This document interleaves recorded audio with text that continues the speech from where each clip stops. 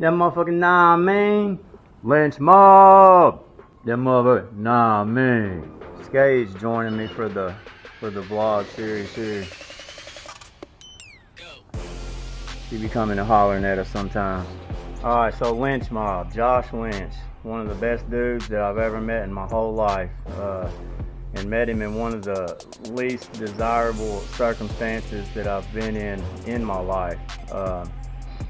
In a halfway house, fresh out of prison back in the day. And I love you, bro. I miss you, man. I wish we were still able to kick it and go to the gym and shit like we used to. Okay, so time warp, 2015. Get parole upon completion of SAP, substance abuse program. They took 90 days off of our sentence for completing a 6-month program and got paroled out. So it was basically the difference in being free for 9 months or sitting in a prison cell for 9 months. And those of us in the field of rocket scientry called that a no-brainer, you know. So I get out of this program on parole. They put me in a halfway house because I have no home placement.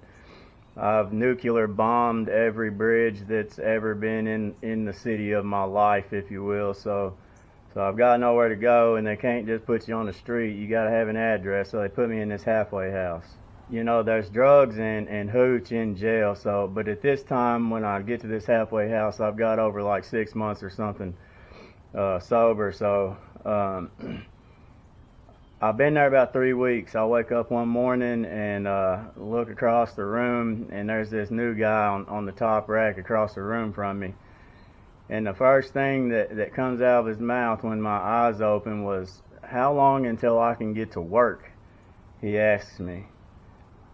Which was a change of pace from the rest of the people that was at this place that just constantly bitched and moaned and were ungrateful as fuck, you know. So before I ever even said a word, I was developing this energy that from him that, you know, he was alright. And so I was able to talk to him for a few minutes before I had to leave, and gave him like what cigarettes or something I had on me, you know, and told him kind of the rundown. And ever since then we was fast friends. I had found a job at Schwann's in Newport or Covington, one of the two, wherever it was.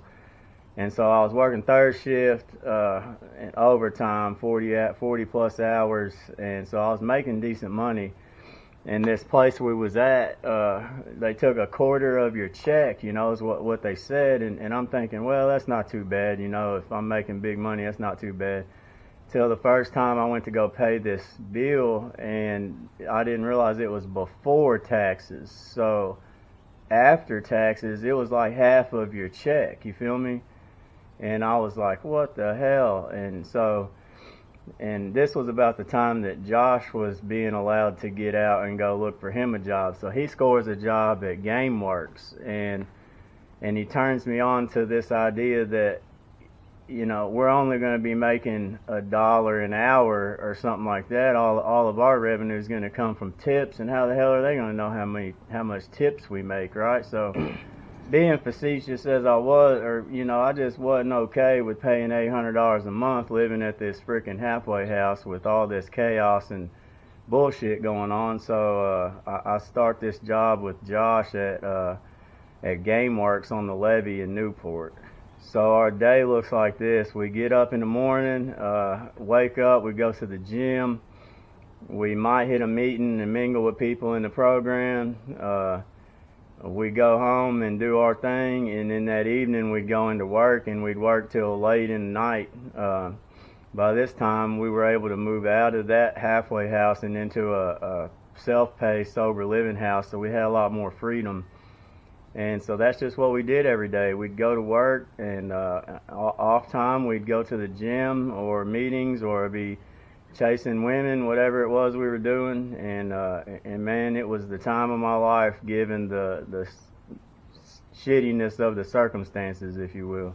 We were so ornery, man. We started a mobile auto detailing business, legitimately LLC. That we had business insurance, advertised the hell out of it. called Team Brody. It was a mobile auto detailing business that we started.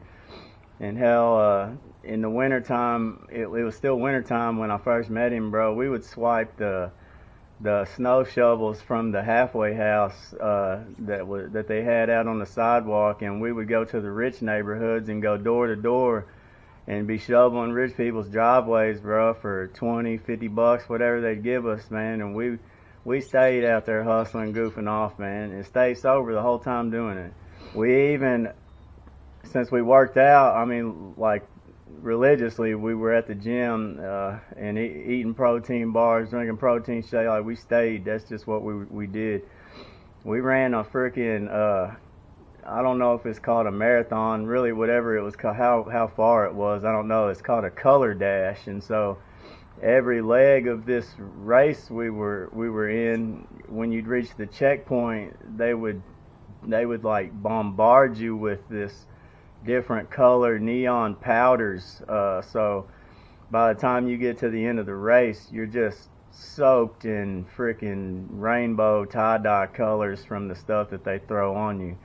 Like, we were always getting into some kind of bizarre shit. And then in that sober living house that we that privately owned place we were living at, it just became the hangout spot, man. All the homies that could moved in, and the ones that couldn't just would come hang out. We had a big front porch where we sit out there and play music, man, and holler at people driving by, and people would come hang out.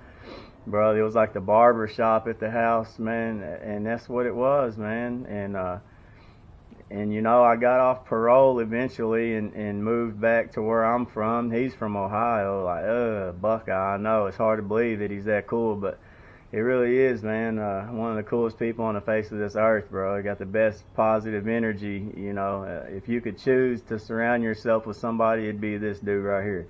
So, yeah, I ended up moving back to where I was from when I got off parole. He went back to wherever he's from, somewhere in Ohio.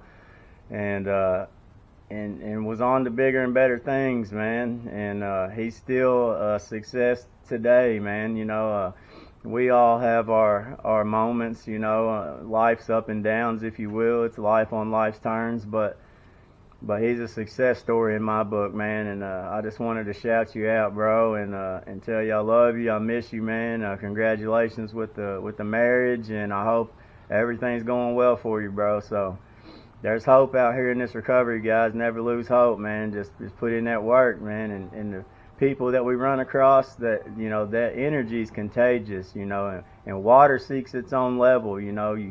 If you you know, when you're trying to improve, you end up running across people that are improving, you know. If you stagnant and you're on that downhill, that's where you meet your people, you know. Water seeks its own level. So I hope everybody has a good day and enjoys this video, man.